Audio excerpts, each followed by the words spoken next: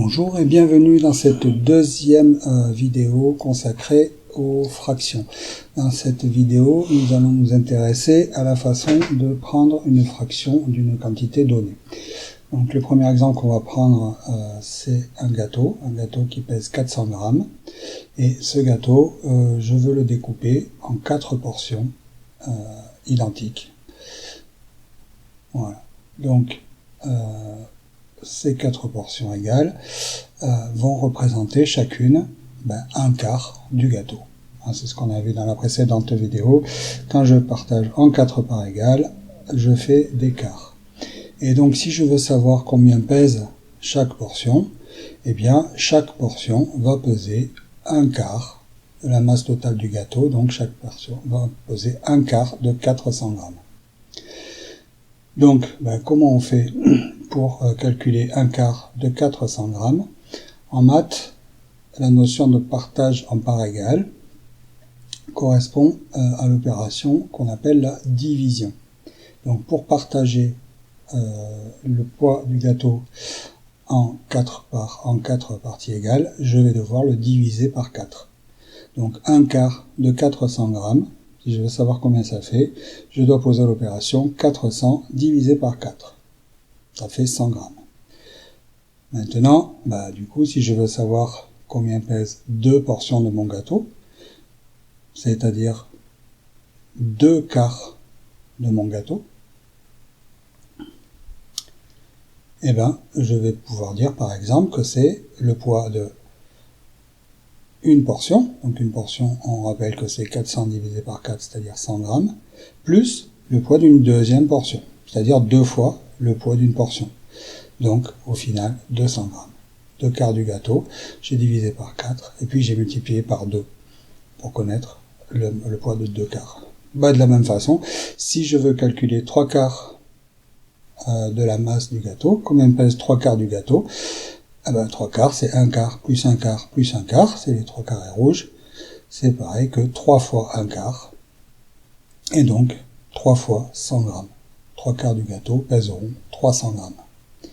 Donc, ce que je vois, c'est que pour calculer les 3 quarts de 400, j'ai commencé par diviser 400 par 4 pour savoir combien pèse 1 quart du gâteau. Et ensuite, ces 100 grammes, je les ai multipliés par 3 pour savoir combien pèsent les 3 quarts du gâteau. Voilà. D'abord une division par les deux numérateurs et ensuite une multiplication par le numérateur. On va prendre un deuxième exemple. On a cette fois un bidon qui est vide, mais qui peut contenir 28 litres. Et je voudrais remplir 4 septièmes de ce bidon avec de l'eau, et je voudrais savoir de combien d'eau je vais avoir besoin.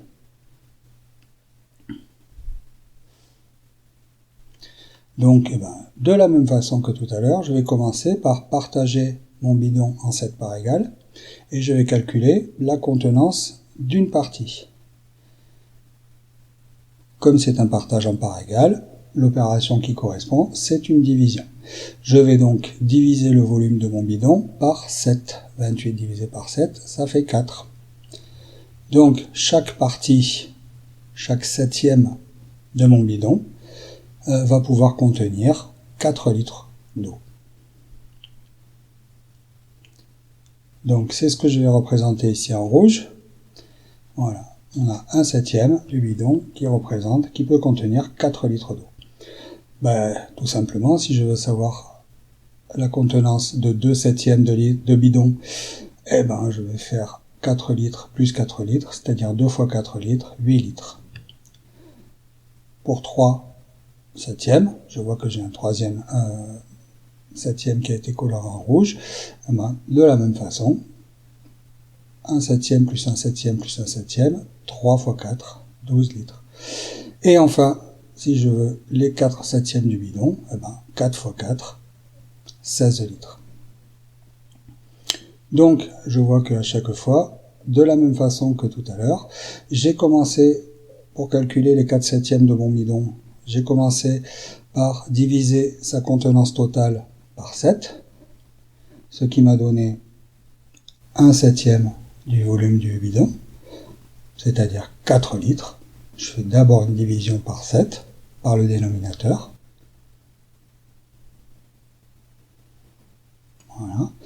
Et ensuite, eh ben, le résultat, ce septième, je vais le multiplier par 4, parce que 4 septièmes, c'est 1 septième, plus 1 septième, plus 1 septième, c'est-à-dire 4 fois 1 septième. 4 fois 4, donc le volume de mon bidon, ce sera bien, le volume de mes 4 septièmes, ce sera bien 16 litres.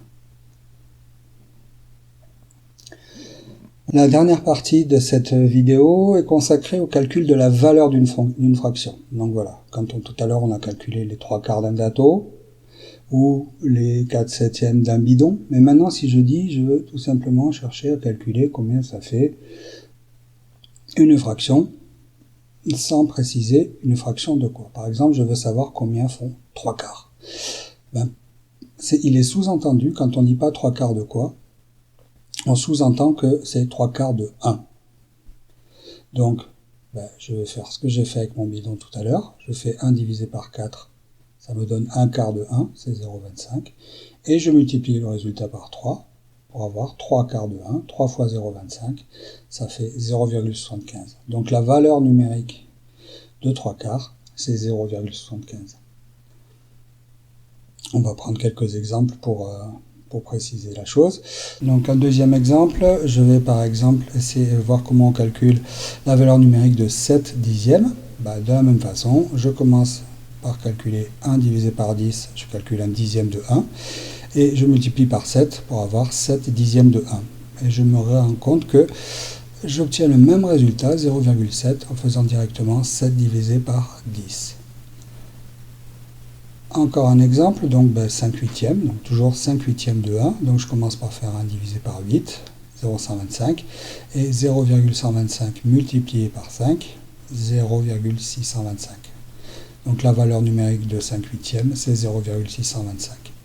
Et de la même façon, c'est le même résultat que si je fais directement 5 divisé par 8.